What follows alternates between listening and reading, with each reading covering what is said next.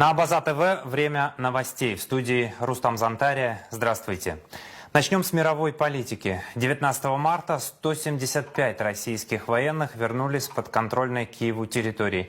Взамен Российская Федерация передала 175 пленных бойцов ВСУ и 22 тяжело раненых солдата в качестве жеста доброй воли, сообщили в Минобороны. Накануне президент России Владимир Путин провел телефонный разговор с президентом США Дональдом Трампом. Разговор длился около 2,5 часов. Ключевой темой стал вопрос урегулирования войны в Украине, следует из сообщений Белого дома и Кремля. Путин поддержал инициативу Трампа по отказу сторон конфликта от ударов на 30 дней по энергоинфраструктуре, но указал на необходимость остановки принудительной мобилизации на Украине и перевооружения Западом ВСУ.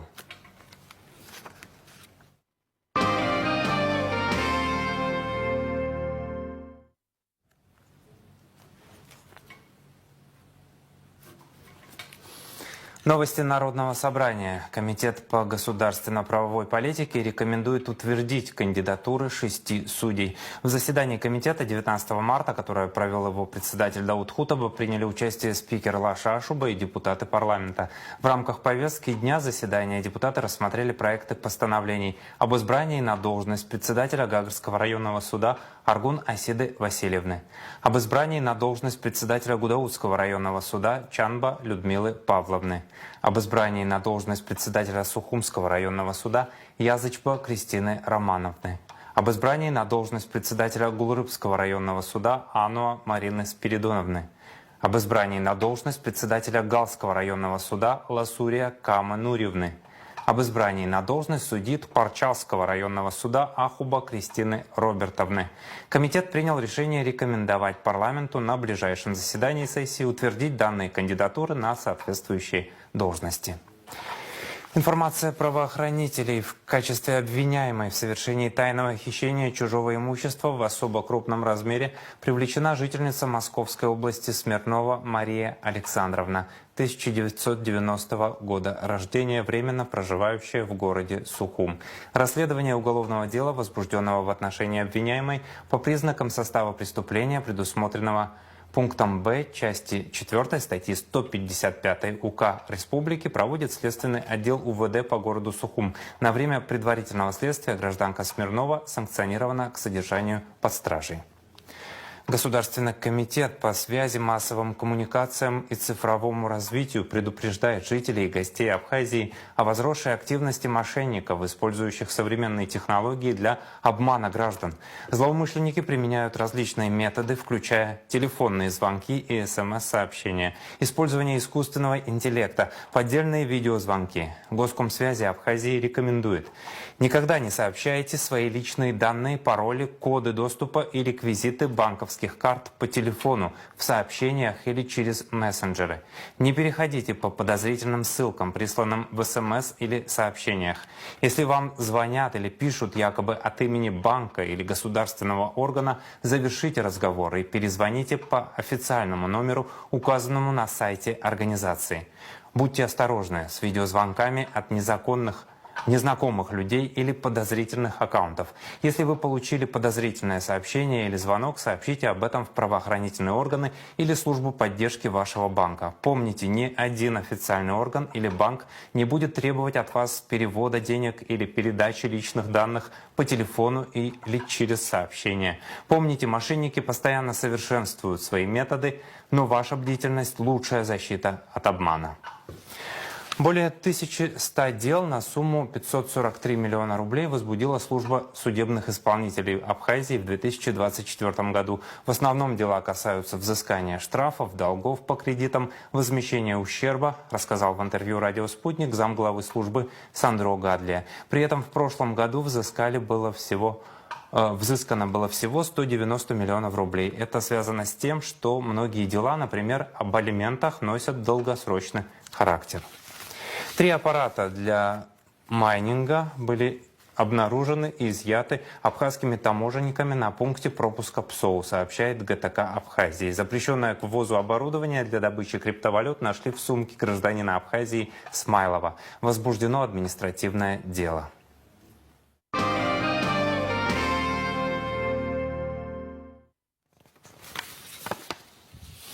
Состоялось отчетное собрание Академии наук Абхазии, где были представлены доклады о деятельности Академии за 2024 год. В частности, за отчетный период Президиум Академии рассматривал широкий круг вопросов, касающихся научной деятельности ведомства и непосредственно развития науки в республике. Работа 7 институтов, входящих в Академию наук, касалась многих актуальных тем, в том числе энергетического кризиса, экологии и других. Подробности в репортаже Рады Чечава. Отчетные собрания Академии наук Абхазии проходят ежегодно. Доклады Президиума Академии представляют детальные отчеты о научной деятельности всех членов АНА, институтов или учреждений, входящих в систему Академии. За минувший 2024 год, по словам президента Академии наук, доктора филологии, профессора Зураба Джапуа, была проделана большая работа. За этот год, в течение года, естественно, было очень много событий. Во всех институтах Академии наук, в 7 институтах. Конечно, были проблемы, связанные с финансированием, и не только. Но были успехи очень серьезные. Все поставленные на 2024 год задачи, как отмечает президент АНА, были выполнены. Так, например, ученые в качестве авторов и соавторов опубликовали более 100 научных трудов и публикаций, 18 книг и монографий на русском и абхазском языках. В институтах Академии вели за отчетный год серьезные фундаментальные исследования по важнейшим проблемам гуманитарных, общественных и естественных наук. Так, в Абыги в 2024 году проводились исследования, касающиеся вопросов абхазской филологии, истории, культуры и искусства Абхазии и других. А в Институте экономики и права, помимо прочего, проводились исследования по проблемам совершенствования системы налогообложения в Абхазии, итоги которых представлены в парламент республики в виде предложений и рекомендаций. В 2024 году члены Академии наук принимали активное участие в десятках национальных и международных научных и научно-практических конференций, круглых столов, семинаров и иных мероприятий. В том числе я могу сказать, как ученый о себе, о своих работах, я имею в виду прежде всего издание 8 томов текстов абхазского нацкого эпоса. Это вот впервые я это смог, это я считаю, что подвиг не только мой, а моих коллег, которые работали со мной в течение 30 лет, можно сказать, почти постоянно, системной такой работы.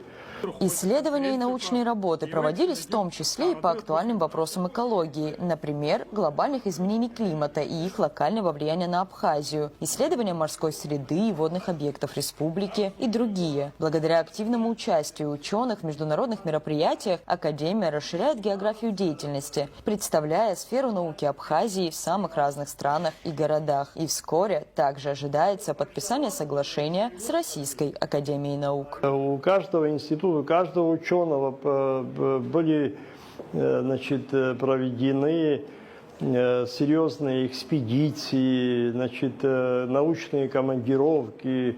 География, вы очень правильно заметили, расширяется. Контактов, научных контактов.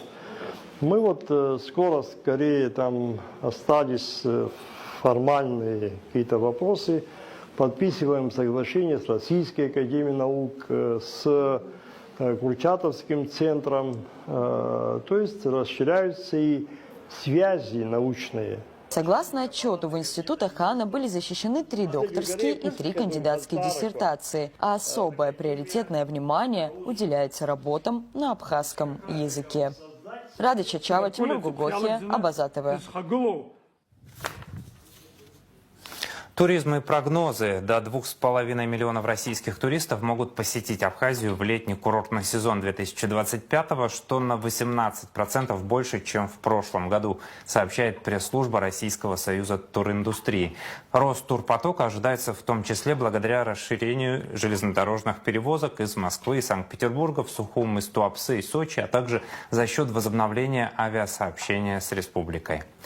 Уровень бронирований отдыха в Абхазии уже достиг прошлогоднего и ближе к сезону может его превысить. Абхазский стенд на турвыставке МИД пользуется популярностью не только у россиян, но и у жителей других стран. В их числе Республики Центральной Азии, сообщил в эфире «Радио Спутник» замминистра туризма Астамур Барцыц. Такие мероприятия очень важны для представителей турбизнеса, которые могут договариваться напрямую, добавил он.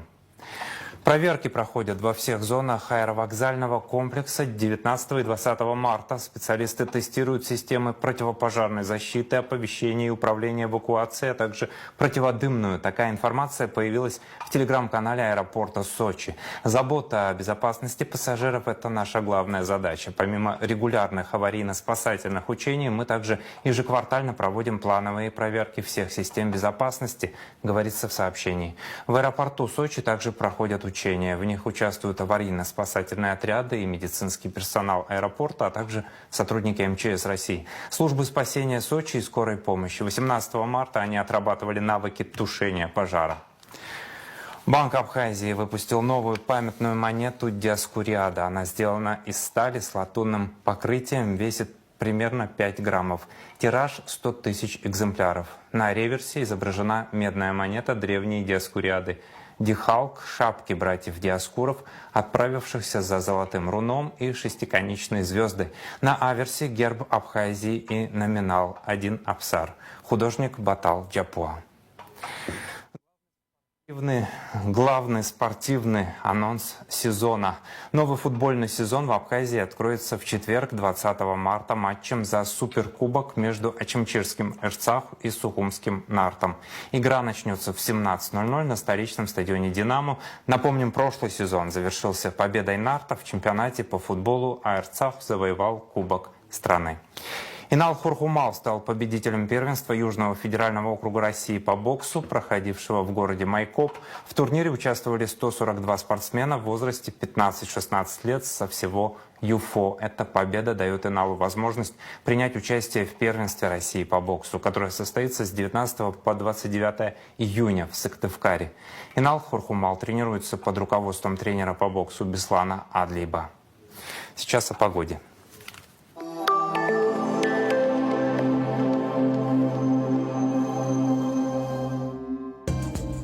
В четверг, 20 марта, в Абхазии ожидается облачная погода, временами дождь разной интенсивности, местами ночью дождь со снегом. В горах снег, атмосферное давление повышенное, ветер слабый и умеренный. Температура воздуха ночью от 1 до 6, днем от 2 до 7 градусов. Температура морской воды 9 градусов, волнение морской воды слабое и умеренное.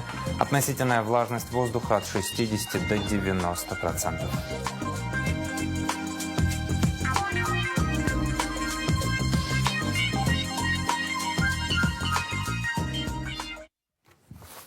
И на этом выпуск завершен. За развитием событий следите вместе с нами. До новых встреч в эфире.